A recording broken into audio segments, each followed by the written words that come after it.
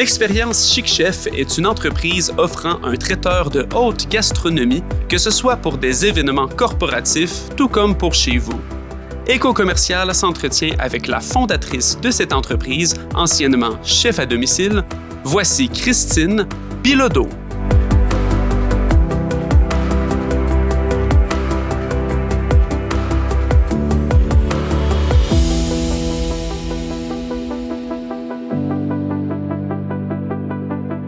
T'es en production, t'as pas le choix.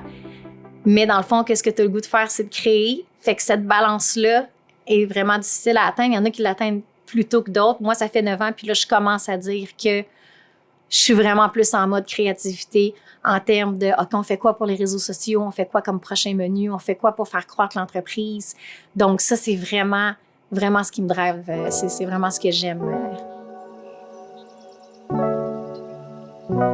Et mon nom, c'est Christine Bilodeau, puis je suis propriétaire de l'Expérience Chic Chef. Donc, dans le fond, c'est une aventure qui a commencé il y a presque 9 ans, quand j'étais enceinte comme ça. Et puis, j'ai toujours été une tripeuse de nourriture à recevoir à la maison, à dépenser mes payes, à acheter du foie gras, puis des crevettes d'Argentine et tout ça. Puis, tout le monde me disait, faut que tu fasses quelque chose avec ce talent-là, mais j'ai jamais voulu travailler en restauration parce que c'est un milieu qui est difficile. Ça me tentait pas de couper des carottes pendant 10 ans avant de réussir à devenir sous-chef, etc., etc. Donc, j'ai plus choisi un parcours en gestion. Mais l'appel de la cuisine était toujours vraiment présent en moi. Et j'ai décidé, congé de maternité, je vais peut-être avoir un peu de temps. Pourquoi pas essayer de faire un petit peu de chef à domicile à gauche, à droite pour le plaisir. Donc, c'est là que le nom, l'Expérience Chic Chef a été créé. En fait, Chic Chef a toujours été dans ma tête. Là, je faisais des petits mariages pour ma famille et tout ça, puis ça s'appelait déjà Chic Chef. Mais là, l'Expérience Chic Chef, vraiment, c'était parce que je voulais faire vivre une expérience à tous mes événements, en fait. Et puis, j'ai fait une description d'entreprise qui comprenait une thématique personnalisée avec la création d'une ambiance, le montage d'une belle table, en plus de la nourriture. Vraiment, là, le package deal de l'art de recevoir. Puis, j'ai mis un certificat cadeau dans un encan silencieux pour Remax, en fait. Là, ils font un événement annuel pour lever des fonds pour Opération Enfant Soleil. Puis ma cousine, en tant qu'agent d'immeuble, elle dit « Ça serait une bonne idée, tu pourrais mettre un certificat cadeau à l'encan silencieux. » Je dis « Pourquoi pas? Je m'essaie. » Le certificat cadeau est là. Il y a plein de gens qui ont voulu l'acheter. Finalement, ça s'est vendu. Et puis, ça a été mon premier événement officiel pour Chic Chef. Mais bon, j'étais enceinte comme ça. Et puis, j'ai quand même fait l'événement. Ça s'est super bien passé. Puis dans cet événement-là, il y avait une personne qui cherchait un chef pour un autre événement. Qui était le tournoi des gouverneurs de l'espoir à l'époque pour la Fondation des gouverneurs de l'espoir. Puis là, c'était 250 personnes qui goûtaient à mes bouchées. Donc, on a été commanditaires. J'ai toutes mes amies qui étaient bénévoles. On a fait cet événement-là. Là, j'avais 250 personnes qui goûtaient à mes bouchées et ça a explosé. Donc, à partir de ce moment-là, on a commencé à avoir des contrats. Là, j'ai pas vraiment eu de congé de maternité. Une chance que j'avais mon papa à la maison avec moi qui s'occupait de ma petite. Je faisais des événements de plus en plus. Puis après 1 an, là, je devais prendre une décision. Qu'est-ce que je fais? Parce que je travaillais chez Bell comme gestionnaire depuis 13 ans. J'avais 6 semaines de vacances par année, un fonds de pension, des belles conditions. Puis là, j'ai appelé mon VP puis j'ai dit, regarde, j'ai un choix à faire. Qu'est-ce que je fais? Est-ce que je roule avec mon entreprise ou vous avez un super poste pour moi quand je reviens de mon congé de maternité?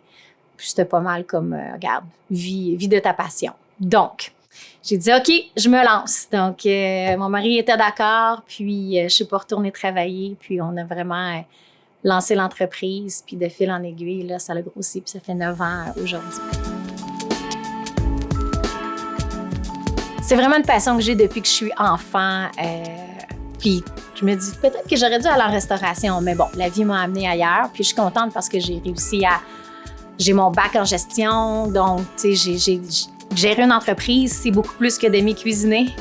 Évidemment, quand on grossit, on arrive à un point où cuisiner, c'est plus du tout fait partie des priorités. C'est la gestion de l'entreprise, la gestion des employés, le marketing, les finances et tout ça. Donc, je suis contente d'avoir mon bac en gestion pour ça. Dès mon premier événement, j'ai su que j'avais besoin d'une équipe parce que au départ, je cuisinais tout chez le client. Je faisais livrer les ingrédients chez le client, puis je cuisinais tout de A à Z. Donc, c'était des 13-14 heures à travailler sans pause pour faire un événement. Et là, tout de suite, je me suis dit, OK, je vais avoir besoin de quelqu'un, je ne peux pas faire ça toute ma vie, je vais mourir. Donc, dès le départ, je savais que je devais m'entourer d'une équipe pour me permettre de faire évoluer l'entreprise. Mais bon, ça a été à coup d'essais-erreurs. Des fois, je me suis entourée des gens qui n'étaient pas nécessairement bons pour mon entreprise, mais que j'aimais beaucoup personnellement. Donc, il y a eu beaucoup de vagues à ce niveau-là. Ça m'a pris un bon 6 ans à dire que je réussis à me trouver une équipe qui représente vraiment mes valeurs et ma vision au niveau de la nourriture, puis qui me suivent dans la croissance de l'entreprise. Et puis, ça fait à peu près 2-3 ans là, que j'ai vraiment une équipe qui me permet de me concentrer sur la gestion de mon entreprise sans être dans les opérations au quotidien. Donc ça change tout parce que ça me permet vraiment de faire croître. Puis je suis plus dans un mode créatif, on crée des menus ensemble que dans un mode de production.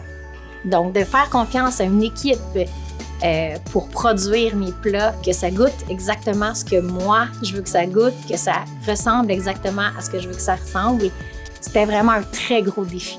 Puis ça prend des talents extraordinaires pour être capable de comprendre ça. Puis que je sois en confiance que ce qui sort de ma cuisine, c'est exactement ce que je veux.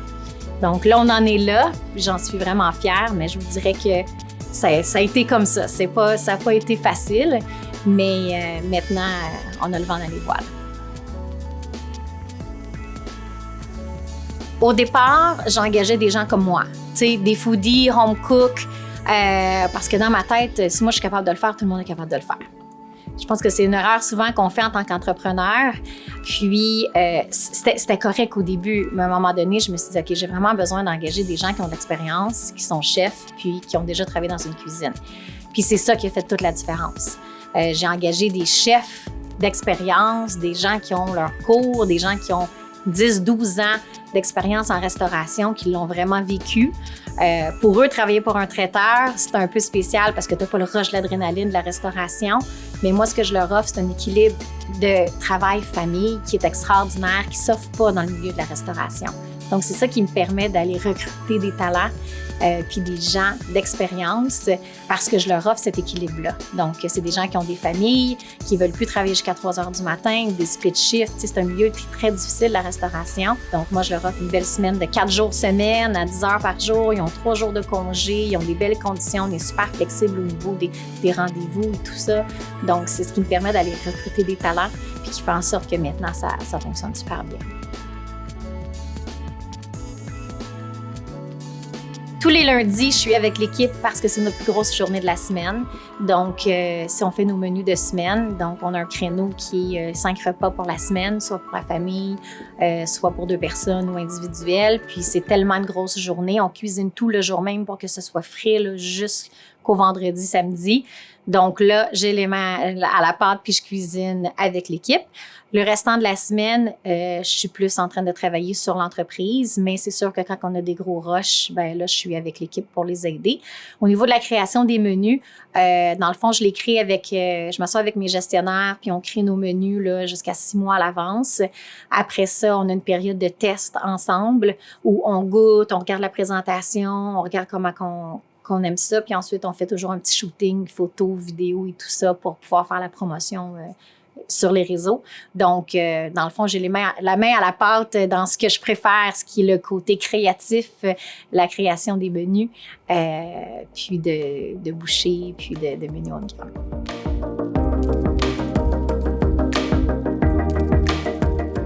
Adapt or die, là, c'est vraiment ça. Que ce soit avec le COVID où j'ai complètement changé mon modèle d'affaires. J'avais acheté la bâtisse ici juste avant une chance. C'est ça qui a sauvé mon entreprise parce qu'on cuisinait tout chez nos clients, comme je mentionnais au départ. Donc là, avec le COVID, ce système-là ne fonctionnait plus. Donc, en achetant l'immeuble ici, ça m'a permis de pouvoir faire la préparation en avance pour aller en événement. Mais là, j'ai complètement transformé ça en disant, je fais les mêmes bonnes recettes, je vous livre à la maison, puis vous mangez à la maison comme au resto. Donc ça a été le concept qui a super bien fonctionné parce que les restos étaient fermés et tout ça. Donc, les gens appréciaient là, de pouvoir manger plus haut de gamme à la maison. Et puis, on a tout simplement gardé ce concept-là. Donc, s'adapter, je pense que ça fait partie d'une de mes forces. Aussitôt que je vois qu'il y a quelque chose qui s'en vient, OK, team, on s'assoit ensemble, qu'est-ce qu'on va faire? Puis ça fonctionne toujours bien. On est sur une bonne étoile à ce niveau-là. Au niveau des réseaux sociaux, j'ai toujours misé vraiment sur ça. J'ai jamais vraiment fait de plan marketing. On n'a même pas une affiche sur notre bâtisse. On n'a même pas d'auto-lettrée. On a juste fait des réseaux sociaux depuis les 9 dernières années. J'ai hâte d'arriver à un autre niveau, mais pour le moment, les réseaux sociaux ont été la meilleure façon pour nous de se faire connaître. Ça, évidemment, les commandites et les événements, le bouche-à-oreille, ça reste un moyen de marketing extraordinaire. Au début, on a fait beaucoup de commandites qui nous a fait connaître aussi là, dans la région. Puis là, c'est sûr qu'on a 12 000 personnes qui nous suivent sur Facebook. Puis les algorithmes, il n'y a pas beaucoup de monde qui voit nos publications, malgré qu'on a une grosse banque de gens qui nous suivent. Là, on a TikTok, on a Instagram, on a LinkedIn. Donc, il y aurait moyen de vraiment faire une stratégie pour chacun de ces différents réseaux-là. C'est vers ça qu'on s'en va. Là, j'ai une personne dans mon équipe qui s'occupe du service à la clientèle et du marketing. J'ai mon gérant qui est un excellent vidéographe. Donc, on est en train de améliorer tout notre marketing pour pouvoir l'élever à un autre niveau puis répondre aux dernières tendances.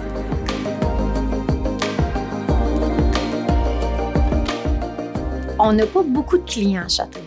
On livre jusqu'à 45 km de Châteauguay. Donc, on a beaucoup de clients dans l'Est, Brossard, Chambly, Longueuil, Saint-Lambert. On a aussi des clients à Montréal, puis on livre dans l'Ouest, donc tout ce qui est Vaudreuil, Valleyfield et tout ça. Donc, c'est vraiment sporadique. Châteauguay, on en a quelques-uns, mais pas tant que ça. Il y a beaucoup de gens de Châteauguay qui nous disent qu'ils ne savent même pas qu'on existe. C'est sûr qu'on est dans un quartier résidentiel, on n'a pas une boutique pignon sur rue, on n'a pas d'affiche. Ici, la base, c'était supposé d'être une cuisine de production, c'était pas supposé d'être une boutique.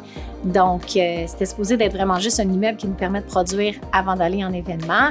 Dans le temps, j'avais 8 filles sur la route qui faisaient des événements à travers le Québec, c'était ça l'idée. Donc, la clientèle de Châteauguay reste à développer, je dirais. Et on a fait beaucoup de commandites d'événements pour les jardins, les fondations, les OBNL, Anna Laberge et tout ça. Donc, on s'est fait connaître de cette façon-là. Au départ, c'est sûr que de travailler 13-14 heures, physiquement parlant, je suis devenue brûlée, mais pas mentalement. Mais physiquement, mon corps, il me parlait. À un moment donné, c'est mes yeux qui brûlaient. Out of the blue, n'importe quand je conduisais, puis là, c'est comme si j'avais shooté du jus d'oignon dans mes yeux, puis je pouvais plus, il fallait que je me stationne, puis là, mes yeux se mettaient à pleurer toute seule. Donc, physiquement, c'est tellement exigeant. Cuisiner, apporter toute la décoration, pacter l'auto, dépacter l'auto, s'installer dans l'événement, cuisiner le 12-13 heures que ça prend pour faire l'événement complet, faire la vaisselle, repacter, retourner à la maison. Après ça, remettre toute la décoration, la vaisselle en place, puis back-à-back, jour après jour. Physiquement, puis le stress aussi. Puis ça a été vraiment un gros défi personnel. À quel point le stress peut avoir un impact physiquement sur le corps, c'est assez impressionnant. Au niveau des défis entreprises, je parlais un peu de l'équipe, le COVID. En fait, l'erreur que j'ai faite pendant la COVID, c'est que je voulais garder tout mon monde. C'était tellement comme une période dramatique pour tout le monde que je voulais pas mettre les gens sous le chômage ou faire des licenciements. Donc, je me suis dit, OK, on va réussir à passer à travers puis à transformer l'entreprise sans perdre personne. Mais malheureusement, j'avais pas l'équipe en place qui avait les talents et les qualités que j'avais besoin pour la nouvelle vision, pour la nouvelle façon de faire. Donc, je me suis comme acharnée à garder des gens que, dans le fond, ça fonctionnait pas. Puis ça a été, on a été obligé de faire une restructuration où presque tout le monde a quitté. Et là, j'ai pris tout en charge, au complet, comme si je repartais à nouveau. Puis c'est ça qui fait en sorte qu'on est là aujourd'hui. Mais ça a été une période assez difficile de dire qu'on remet tout à terre, on recommence à zéro. Ça a été une décision difficile, mais qui était la meilleure pour qu'on puisse être ici aujourd'hui. Il y a eu l'achat de la bâtisse ici, qui m'a permis de commencer à faire la production d'avance, puis que j'ai bâti une cuisine de production. Ça a été un gros milestone parce que comme j'ai jamais travaillé en restauration, que j'ai aucune expérience sur quoi une cuisine de production devrait avoir de l'air, je suis vraiment allée comme je pensais à tâtons. Donc, ça, mais c'est ce qui fait que maintenant, ça a sauvé mon entreprise d'avoir cette cuisine-là. Fait que ça a été un gros milestone. Ensuite de ça, c'est sûr que je changeais mon modèle d'affaires, de dire, OK, on arrête de faire des événements, on n'a plus d'équipe de service, on fait plus de décoration puis de thématiques comme on faisait avant, puis on se concentre vraiment sur le volume, sur la livraison, puis sur la nourriture. Donc ça a été un gros milestone parce que mon concept avant, c'était la création d'une ambiance, la décoration, la vaisselle et tout ça. Donc là, on a complètement laissé ça de côté pour se concentrer 100% sur la nourriture. Puis, bon, c'est sûr qu'on se fait demander beaucoup de l'événementiel comme on faisait avant, mais c'est pas quelque chose que je referais parce que notre force, c'est vraiment de la cuisine. Puis ça nous permet de faire beaucoup plus de volume dans ce nouveau modèle-là. C'est sûr qu'on a lancé la cafétéria du Collège Héritage en 2021. Donc, ça a été un beau milestone qui m'a permis d'avoir un revenu récurrent parce que c'est sûr que traiteur événementiel, c'est beaucoup comme ça. Avec le lancement de la cafétéria, ben là, on a des ventes au quotidien. C'est sûr que les marges ne sont pas extraordinaires, mais c'est juste à côté d'ici, donc on a comme 2 cuisines. Puis les équipes travaillent super bien ensemble. Puis c'était un beau défi pour moi de dire, OK, est-ce qu'on est capable de faire un menu un peu plus exotique, faire découvrir la nourriture aux jeunes, tout en faisant tout à la main aussi. Parce que, bon, j'ai découvert qu'il y a plusieurs ingrédients souvent qui sont utilisés dans les cafétérias qui ne sont pas nécessairement super bons pour la santé. Donc, c'était important pour moi que ce soit fait à la main par mon équipe sur place, ce qu'on retrouve de moins en moins dans les cafétérias scolaires aujourd'hui. Donc, ça a été un beau milestone. Puis, dernièrement, en janvier de cette année, on a lancé notre division resto dans le centre de divertissement Fun Hub à Montréal. Donc ça, c'est comme parker notre petit food truck dans un centre de divertissement. Donc, c'est vraiment un restaurant. J'ai mon équipe là-bas qui fait tout un beau menu bistrot inspiré de Chic Chef avec nos classiques. Donc, on a notre cuisine de production ici qui fait les bases. Puis, au niveau de la cuisine là-bas, c'est plus l'assemblage. Puis ça, c'est une première division sur d'autres qui s'en viennent. On va lancer 10-30 à la fin de l'été. Donc, ça aussi, pour moi, c'est une belle façon de pouvoir faire croître l'entreprise puis se faire connaître encore plus. Ma vision, moi, ce que j'aimerais beaucoup, c'est que Chic Chef soit connu à travers le Québec. Donc, ça, c'est quelque chose à quoi je tiens puis sur lequel je travaille depuis longtemps. Comment arriver là? Il y a plein de façons de faire. J'ai exploré, est-ce qu'on vend nos repas dans les épiceries? Est-ce qu'on lance des livres de recettes? Est-ce que il y a tellement de chemins qu'on pourrait prendre.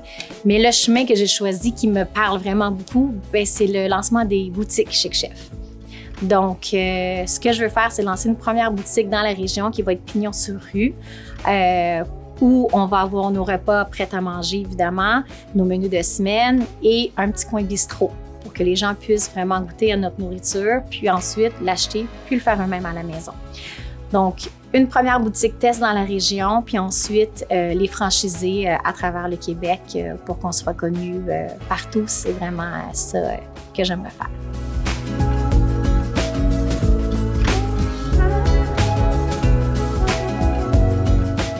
C'est vraiment exigeant mentalement et physiquement d'être entrepreneur. Puis, tu sais, souvent, on voit beaucoup de faillites passer, puis ce que je remarque, c'est que c'est pas toujours une question d'argent. C'est souvent une question de « OK, là, est-ce que je continue vraiment à me faire ça moi-même? Là? La vie est tellement courte, puis c'est tellement stressant. Il y a des pics extraordinaires de joie incroyables, puis il y a des downs vraiment fous que te demande si tu vas t'en sortir. Tu sais, c'est très, très, très exigeant. Il faut être fait fort, des nuits d'insomnie. Il y en a énormément. Puis même quand l'entreprise roule beaucoup, il y a toujours quelque chose qui est dans ta tête. Veux pas, c'est ça l'entrepreneuriat. Donc, tu sais, si la personne est de la genre de personne qui aime son quotidien, puis qui a un petit peu de difficulté à gérer son stress, oublie ça, l'entrepreneuriat, là, c'est vraiment pas une bonne idée. Mais c'est passionnant. C'est ça. C'est passionnant. Comme souvent, on me demande est-ce que tu regrettes? Est-ce que tu retourneras en arrière? Puis la réponse est non. Puis ça va toujours être non. Est-ce que c'est facile? Non. Est-ce que ma vie aurait été plus facile? Probablement. Est-ce que j'aurais eu plus de temps avec mes enfants? Probablement. Par contre, je suis une personne qui est passionnée puis qui a tout le temps plein d'idées.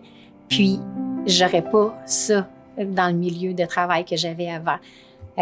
J'étais le genre de personne, le genre d'employé qui arrivait dans un nouveau département qui voulait tout scraper puis recommencer à neuf. On dit que les entrepreneurs sont pas des super bons employés. Pas que j'étais pas une bonne employée, mais je vois la tendance de dire je suis beaucoup plus heureuse dans mon élan de créativité que je suis capable d'avoir aujourd'hui. Mais on ne va pas se le cacher, c'est pas facile. La persévérance, là, je pense que c'est la chose la plus importante. Parce qu'aujourd'hui, une situation peut sembler catastrophique, puis le lendemain, bien, ça va changer. Le positivisme, la persévérance, c'est vraiment une qualité qui est essentielle. Être capable de fonctionner avec pas beaucoup d'heures de sommeil aussi, c'est une bonne c'est quelque chose qui est important, la gestion du stress.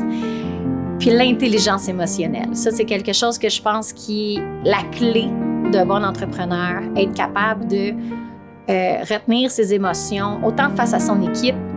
Il y a des situations qui peuvent être stressantes, mais tu peux pas arriver là, ça n'a pas d'allure, là, mon Dieu, nanana. Il faut vraiment que tu es l'image de l'entreprise, autant au niveau de ton équipe, autant au niveau de l'extérieur. Donc, c'est important de gérer ses émotions.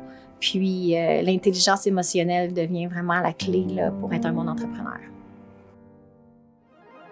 Quand je rentre ici avec mon équipe, là, je te dirais là, que l'énergie que mon équipe a, ça m'apporte le sourire. T'sais, souvent, je vais travailler toute seule dans ma bulle parce que je travaille sur l'entreprise. Mais quand j'arrive en cuisine, mon équipe est passionnée, est contente d'être ici, sont contents de venir travailler le matin. Puis ça, c'est tellement important pour moi parce que j'ai pas laissé une entreprise puis une grosse job pour finalement me retrouver dans un milieu de travail où les gens sont malheureux, où ils se sentent comme des numéros, puis où on s'entend pas bien. Donc, parmi mes valeurs, c'est important pour moi que mon équipe trippe, puis qu'il soit bien, puis qu'on s'amuse ensemble. Puis ça, ben à chaque fois que je rentre puis que je vois mon équipe, c'est le sourire qui me vient. Bon, selon moi, je leur donne l'opportunité de créer.